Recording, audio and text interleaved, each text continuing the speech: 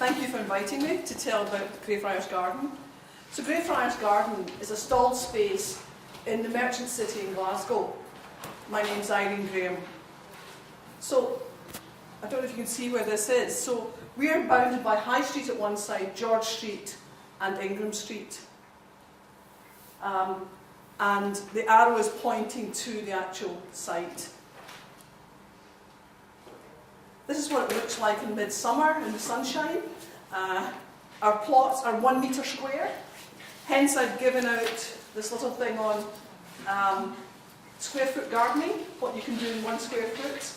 There's... so how did we get started? It was the local community council who decided they wanted to see a lot more greenery in the city. And so they had the idea of, could we get some kind of garden in the area? So what they did was they looked around for partners, supporters, and funders. And the key funder in this case was the Merchant City Initiative. And we got the idea of the garden incorporated into the Merchant City plan. So we're a stalled space. We have a lease for 3 years with 6 months notice. And this summer is our 3rd year. So it's fingers crossed. We got the keys in June 2012. So it's our 4th gardening season, but our 3rd year of the garden. So we have 39 plots. 15 of them are 2 metre square and 24 are 1 metre square. We have 4 greenhouses, which really are just the 2 metre square beds with a kind of, with some plastic, with a frame around it. We have a container where we store our communal tools. We have a shelter, we have water barrels for the water, and we have a wildflower meadow. And in the, I don't know if you can see this far picture here.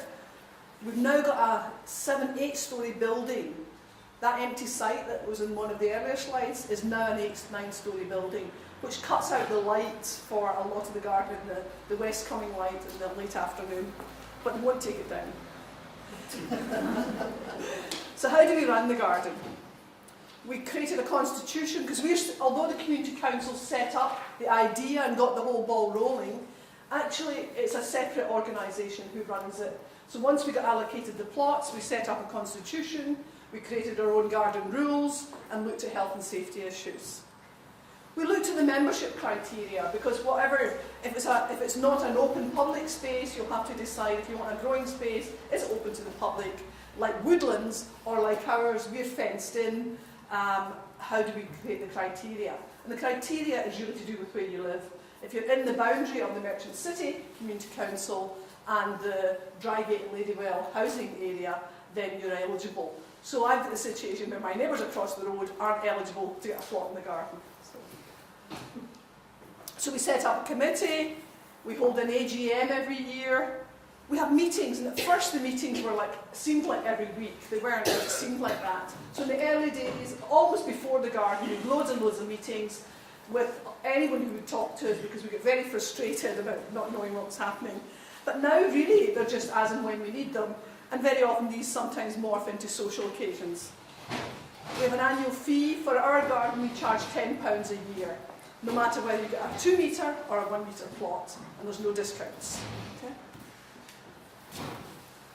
So our objectives are to provide a green oasis in the city centre, to promote social inclusion, and to provide plots, to support biodiversity and to help sustain bees, and provide plots for local people to grow vegetables. Social inclusion, it's been talked about earlier on, really, really important aspect of ours. So if you think of the Merchant City, you've got some of the most expensive houses in the city centre, and then you've got social housing. So we bring two different groups of housing tenure together. So we bring people together from those different, that diversity. We also have it's been very successful in attracting older men who very often traditionally don't get involved in community activities. And they actually, some of them are really great sources of local information about gardening. Some of them have a history of in their past having gardens. And also we've got a mix of ages, so we've got some younger people and some older people as well. Mostly it's the older ones, okay? So, and that's a kind of, I'm not sure, I think that's two of the oldies. But when we took this on, you know, most of us had never done gardening, maybe a bit of window box stuff, you know, but most of us didn't have gardens any times in our lives. So what we did was we held some workshops, and we got in some people who did know about it. So we had some workshops on the wildflower meadow. We also had, what on earth do you grow in this 1 metre? And so the people who gave us this was really, really helpful. Now, not everybody follows that, but at least it gives you an idea just what can you grow in a small space. Very, very useful. We also had a workshop on composting and wormeries. So we created our own compost from old wood, and we created our own wormeries. We've got 2 different wormeries, and the feed from that provides a liquid feed that we put into the plants and gardens. But we also do communal work days, and we do social events, which are very successful. And they're really just as and when. We even did a fish supper night before we had our own barbecue. So we're just ways in which we try to bring the community together. But it's not been all plain sailing, as you would imagine. There were problems, and there are frustrations. We were not involved in the design. And despite having met with the architect to say what the limitations of the design, it looks beautiful, don't get me wrong. You walk into it and you think, oh my goodness, am I in the city? It really is wonderful. But there are problems with it, and one of the big problems is the greenhouses. You can't walk into them. So somebody who's quite wee like me can't get into the middle. I can only use the greenhouse around the edges. And there's lots of wee people like me there, so we're all vying for the same space. It could have been better designed. The barrels. You know, the idea is the water runs off the roof into the barrels, and in we've had a couple of dry summers. There's been no water there, and then the barrels shrink. You know, the barrels shrink, and it means that they kind of loosen up, and then they're not then waterproof. You know, they're not sealed when the water then comes back in. And we don't have any running water in the garden, so that continues to be a problem. Some of the people we worked with in the early days, you know, were kind of making decisions for us that really weren't appropriate, and we had to do a little bit of negotiation, well, more than a little bit of negotiation. One of the big frustrations was in the early days we could never contact the key people, and that really, you can imagine in the community, everybody's desperate to get into the garden, you can't get hold of people. We had huge delays in getting into the site. We'd anticipated getting in at the beginning, you know, kind of end of April in 2012, and it was June before we got it. And by that time, we can see the garden. To us, it looks ready, but it wasn't ready. And obviously, within ourselves, you know, like, not everybody had the same view. The big contention is the wildflower meadow. You know, some people think we shouldn't have a wildflower meadow, we should have more individual growing plots. Some people want the wildflower meadow to have a path, some people don't want it. You know, so just the little tensions that you would get with different views. And then one of the big things, ongoing thing, is that we have communal work days, but it's the same people who turn up, or it seems to be the same people who turn up. And so how do we resolve that without making, without causing problems? You know, we've all seen allotment wars on television or heard about them. We don't want that, and we're nowhere near that, and thankfully, hopefully, never will be. So we're not, our garden is not open to the public, but we do open our doors to the public by having open days. And they've been very successful. We try and have them on open days where people in the city, like the Merchant City Festival, the Commonwealth Games, and this year we're actually in the programme for both the Merchant City Festival and also Doors Open weekend in September.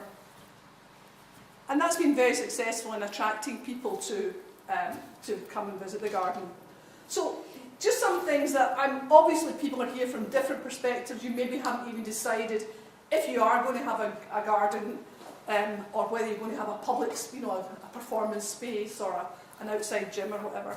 But some things that we would suggest you think about is be clear about what your objectives are and what your criteria is. If you're having plots, have information on the size of plots, because many of our gardeners, when I got the year that we had the garden, I'd had a knee replacement. So I was really glad that it's higher than this table. So I was really glad to be gardening at this height. Some people don't want to can't dig in into low containers or indeed into the ground. And giving people that information allows them to make an informed choice. Do I want a plot or not, if you're doing it that way? If you're doing the allotment style, is it traditional or is it raised beds? Do you want pets allowed? You know, that's been a bit of a, you know, should we have pets or not pets? And if you have pets, what then can you use and not use in your garden? Can you bring visitors if it's if it's not open to the public? Gardening partners. And one of the projects that's really, really successful in Glasgow is called Urban Roots. And they have a combination of both individual plots allocated to individuals, but they also have a lot of communal growing plots where the whole community, so you don't have to have done any planting to take the harvest, but you have to be clear about what you want for your space. And just remember, you're not alone, okay? There's things like allotment forums, there's social media, websites, resources. And one of the resources I just discovered only this week is called Get Growing. This is the first copy I've seen on just printed, that Duncan printed. Now this is created by Glasgow Local Food Network Resource Pack. We were thinking of doing fact sheets for the garden, and every fact sheet we thought of doing is already in this book. So there's no point in us reinventing the wheel. So we're going to use what's already there, and there's loads and loads of resources there. And I think that's really all I want to say. I'm happy to take questions, just want to thank you, and happy to take your questions.